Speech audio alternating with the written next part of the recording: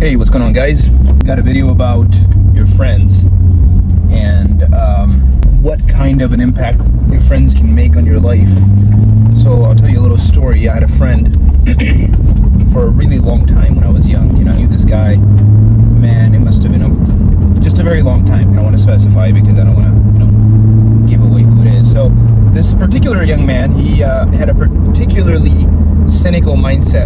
And if you don't know what that means, it just means that, and I met him when I was young. I was still in primary school, so high school, middle school area. And I knew him, and he would have a particularly victimized mindset. Back then, I didn't know what that meant, but it was just negative. He was always like, yeah, those people, he was always complaining about life. And it's like crazy because he was young. And he was very smart. That's the thing. He was very smart.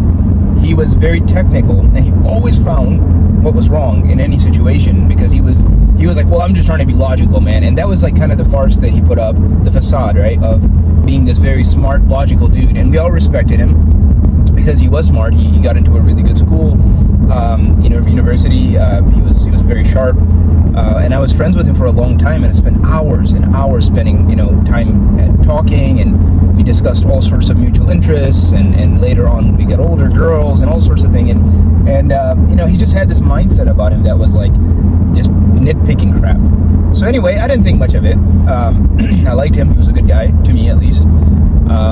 But something changed, at some point in my 20s, I started to take, myself a little bit more seriously. I was floating around like most people before that. I didn't have really a goal. Like, I didn't have like a vision of what could happen. And so I visited him, and I started, and at that time I had been working very hard. So this was, I visited him. He was working in a different city, and we spent some time walking around, and he told me his financial situation, and I was like aghast, right? Because he was in credit card debt. I was just amazed by him. Like, this guy is so smart, and I was, thankfully, by the grace of God, I was doing fairly well. We're about the same age, and I had multiple six figures in my bank account.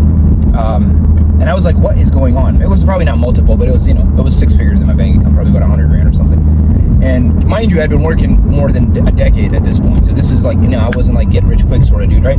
But the point is, I had put my head down, I was working hard, and I go visit this guy, and he tells me, well, first he's doing stuff like he's dabbling in drugs that I don't think, you should dabble in. I don't think it's crazy for me to say that. But he's like, hey, I have this plan. I'm gonna go do on this trip that he was gonna take, and he was gonna put it on another credit card, and the credit card was zero interest, and it was just like this plan that he explained to me, and just casually we were talking. But what he didn't know is that conversation changed my entire outlook of friendship. He told me, and I don't, again, I'm trying to be discretionary here with what I say. He said that I have this plan. I'm gonna go on this trip. It's gonna be a few $1,000s, but don't worry, I'm gonna put it on this no interest card. And here I am thinking, I'm like, what the hell is going on with me? Right about that period, I had started writing down my goals, and I had started believing in my goals. And keep in mind, I'd been distanced from this person because of literal space, right? He was moved across a different part of the country, and I was like, dude, like, what in the hell am I doing? Like, I'm not even judging him. At the time, I was a little pissed off for him, not at him. Like, what are you doing, bro? But I was like, dude, what in the hell am I doing here? I am trying to be this person that I put down on paper. I'm working like 7 days a week, and here's this person that I consider a friend, but he's nothing like me, and he doesn't even want to be anything like the person I'm trying to become has nothing to do with the person he's trying to become. And mind you, he wasn't trying to become anything. He was just trying to enjoy life, right?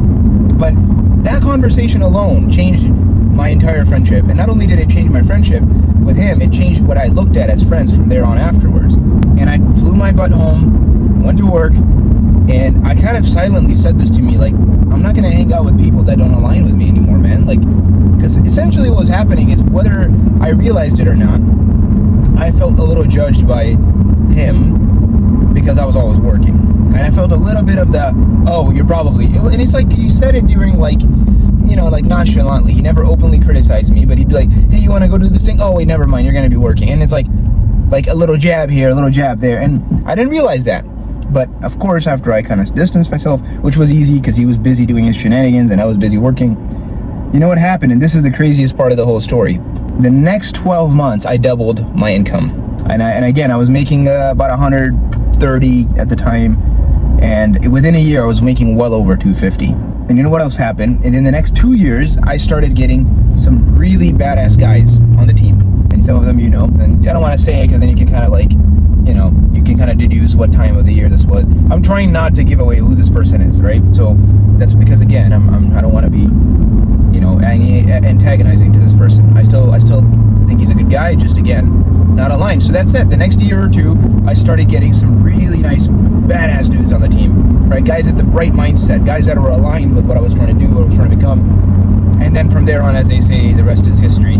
I haven't spoken with that gentleman since that trip. He did come to an event that I had, but I didn't really speak with him. And after that, I've never seen him after that. Again, I don't know how he's doing. Last I checked, he was moving cities around. But the point I'm trying to make with all of these guys is that if there's a God out there, He wants you to buy in on yourself. Buying in on yourself means you got to protect who you put yourself around. Guys, I'm telling you right now, I had no idea that what would come out of it is what has come out of it, right? But at the time, when I got that gut feeling, when he said, I'm going to put this on a credit card, I knew something in me was like, no, I'm drawing the line here, brother. I'm so sorry, you know. And you know what? Like, I'll tell you right now, if I hadn't wrote my goals down, if I hadn't, you know, started getting more serious, I don't think that would have even made any difference to me. I would have just been like, oh, okay, cool, yeah, whatever. But because I was getting so serious about what I was trying to do, I think that's why the juxtaposition of those two things did not make sense, right? It doesn't make sense. Oil and water cannot mix. So you guys can take whatever you want from the story, but my biggest lesson is, you know, your friends will impact where you end up in life. Your friends will impact where you end up in life. And if you don't want to be like your friends, then don't be around your friends. One of my friends, Ryan Hillenbrand, yeah, he's a, you know, badass shop owner in Kentucky, says, you cannot change the people around you, but you can change the people around you. Meaning, you can't change who they are, but you can change the individuals in your circle. So I hope that helps, guys. Appreciate you all. God bless you all. See ya.